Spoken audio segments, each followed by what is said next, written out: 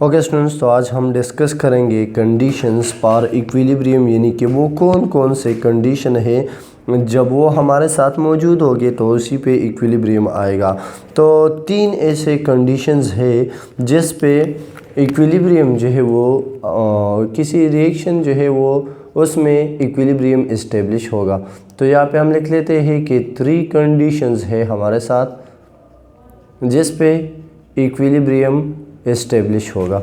उसमें से सबसे पहला वाला जो कंडीशन है वो ये है कि इक्विलिब्रियम जो है वो तब ही आएगा जब हमारे साथ रिएक्शन क्लोज वेसल में हो। रिएक्शन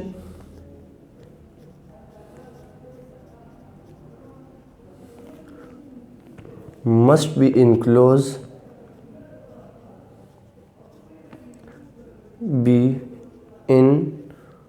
क्लोज्ड वेसल, यानी कि हमारे साथ जो रिएक्शन हम कर रहे हैं वो एक ऐसे वेसल में होना चाहिए। फॉर एग्ज़ाम्पल ये हमारे साथ एक वेसल है, तो ये वेसल क्या होना चाहिए, ये हमेशा क्लोज होना चाहिए ताकि बाहर से कोई सब्सटेंस आके इसमें से रिएक्शन में हिस्सा ना ले और ना ही अंदर के जो सब्सटेंस है वो दूसरे जो बाहर के मॉलिक्यूल है उसके साथ मिक्स हो जाए। तो ऐसा अगर ना हो, यानी कि रिएक्शन अगर क्लोज्ड वेसल में हो तो फिर क्या होगा, इक्विलिब्रियम उसी रिएक्शन में इस्टेब्लिश हो सकता है।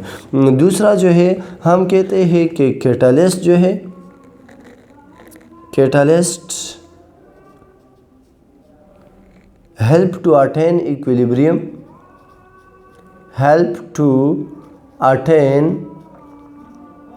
equilibrium,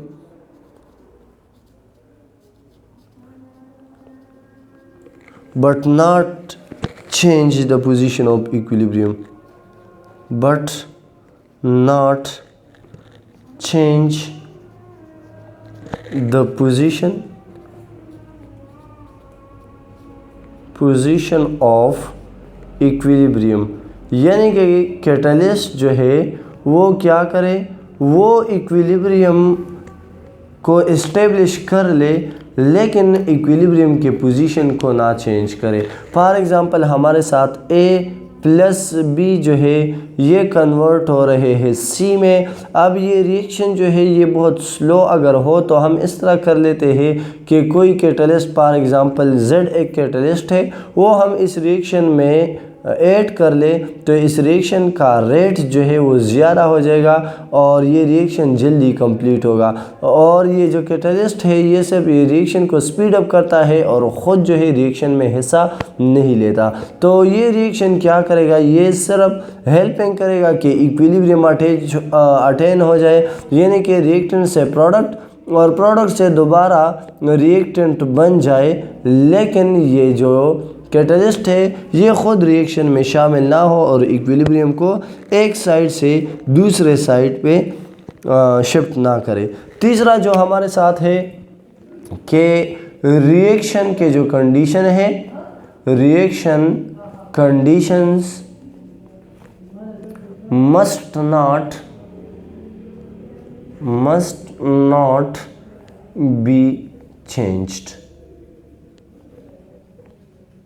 रिएक्शन कंडीशन क्या होते हैं, फॉर एग्ज़ाम्पल टेम्परेचर है हमारे साथ, टेम्परेचर,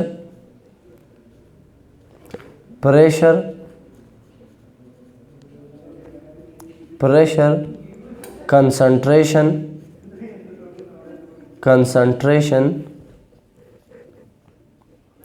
एटसेट्रा, ये सारे क्या है, ये रिएक्शंस के कंडीशंस है।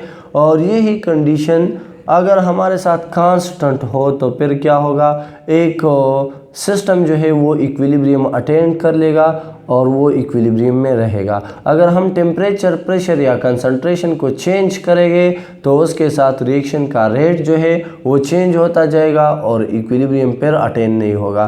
तो ये जो रिएक्शन की कंडीशन है ये कांस्टेंट होनी चाहिए। तो ये हमारे साथ 3 कंडीशन थे इक्विलिब्रियम के लिए जो ज़रूरी है। अगर ये कंडीशन ना हो तो फिर इक्विलिब्रियम अटेन नहीं होगा, और अगर ये कंडीशन मौजूद हो तो फिर क्या होगा, एक रिएक्शन में इक्विलिब्रियम अटेन हो सकता है। तो आज के लिए इतना ही काफ़ी है। इंशाल्लाह नेक्स्ट लेक्चर में मज़ीद नए टॉपिक पर डिस्कशन करेंगे। तो सी यू इन नेक्स्ट लेक्चर।